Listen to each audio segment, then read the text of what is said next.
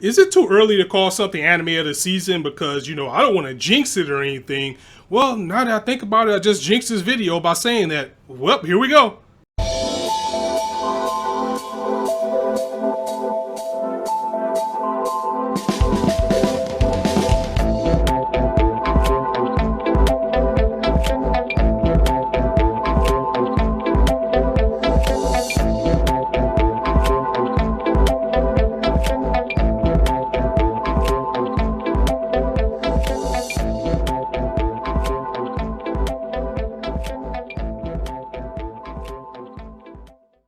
What's up, everyone? It's your boy Scott. Welcome to the Scott Report, and today we are here to talk about Vinland Saga, the series that decided to give us a 3-episode test in the first week, so we don't have to sit, wait, and contemplate on if it's going to be worth our time to watch it or not. And also considering that this is already locked in for a 24-episode run, I can tell you from what I've seen so far, we are in for a hell of a ride. So what exactly are we getting into when we're talking about Vinland Saga? Well, first and foremost, this is a Vikings tale, and it takes place in the 11th century, and it is going to go over the story of a Viking by the name of Thors.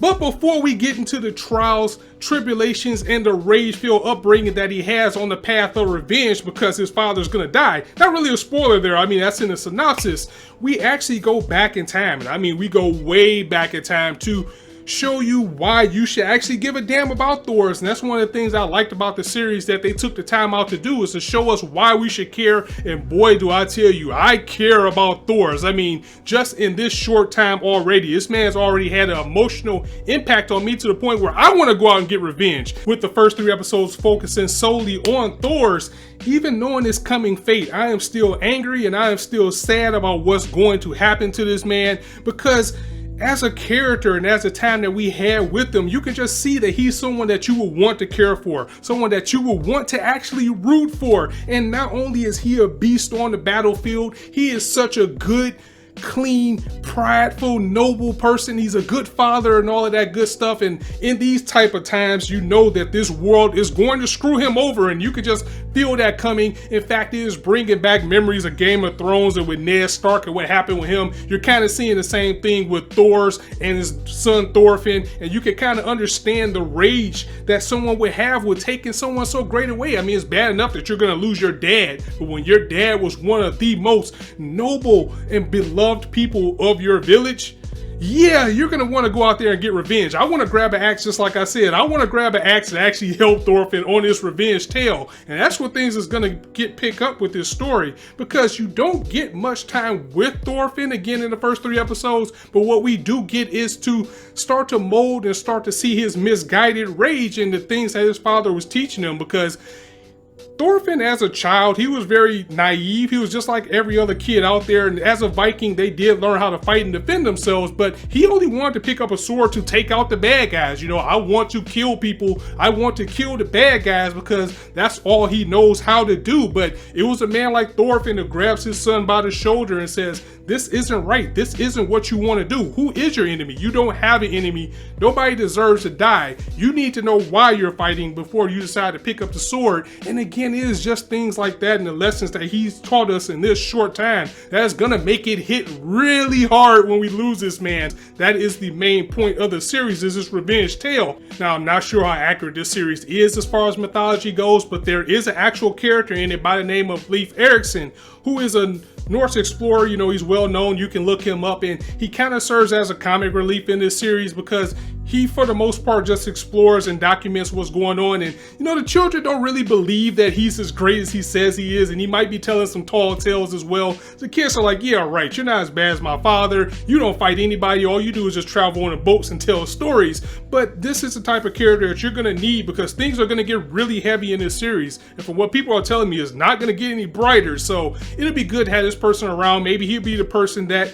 can bring a smile to Thorfinn's face at some point, because every shot I see of this kid is of anger and rage. So maybe he'll be the bright spot. And all of this is essential to make the emotional punch hit even harder when we get to the later points in the manga or the anime per se, because I believe the manga actually starts a little bit later when we're starting right now, the backstory with Thors and what happened with him, and seeing a little bit more of the upbringing of Thorfinn. I believe comes sprinkled in a little bit more in the manga, but don't quote me on that because again, I am an anime only. But Vinland Saga has come in with a lot of hype as a series because manga readers have been waiting so long for this to be adapted. The manga came out in 2005, so it's been almost 15 years since Vinland Saga has been out. We're finally getting an anime, and it has a reputation of being a second coming of one of the greats. So with that comes a lot of responsibility because the anime community, they can be very savage. They can be very particular about what they're going to get. Thankfully, Wit Studio is on the team to actually bring this to life, and I trust Wit Studio. I mean, look at the magic that they're doing with Attack on Titan. So the only other company that I probably would have trusted to actually do this would have been White Fox, but since we got Wit Studio, especially their work they did on Attack on Titan with the look, the music, the lore, and everything that Vinland Saga brings, it just seems like this will be a very clean transition for Wit Studio to actually bring this series to life. So that's a good thing going in already because it has a lot riding on its shoulders. People are still burned by Berserk, which will probably never get a good adaptation. So we are seeing that same burn once again come from people, but I think I can go ahead and put all my chips in and say that Wit Studio is going to knock it out of the park with Vinland Saga. And this story is exactly what I'm looking for right now. It's tough, it's gritty, it's emotional. In a short time, it already has characters that I care about and characters that I loathe and want to see gone already. And it has great music, it has great visuals. It just hits everything on the right center, and this might be the shot of breath air that we need because the last time I felt this good about a series this early on recently was probably Banana Fish, and that did not fail. So I'm getting the same type of feel from Vinland Saga, and if you love the look and feel of Attack on Titan, I think you're going to be right at home with Vinland Saga.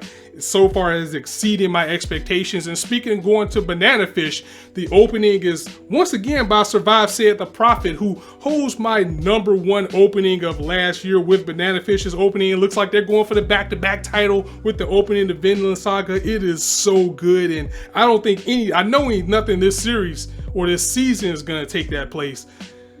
Maybe not even a year. I mean, there's just a fantastic song, and Vinland Saga knocking it out the park, and it looks like it's going to be one of my favorites, and I think the manga readers are finally going to be done justice with the adaptation. That's something we don't see. I mean, even like with My Hero Academia, which I think is a very good adaptation, a lot of people seem to have problems with it, but it doesn't look like that's going to be the case with Vinland Saga.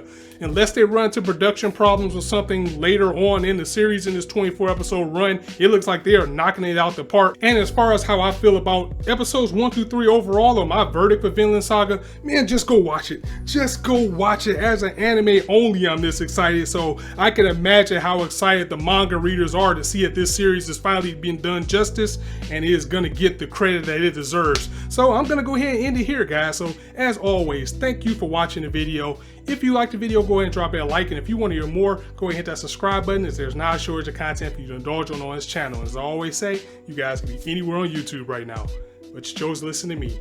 I really appreciate that, so thanks for stopping by. On that note, it's your boy Scott signing out. See you soon.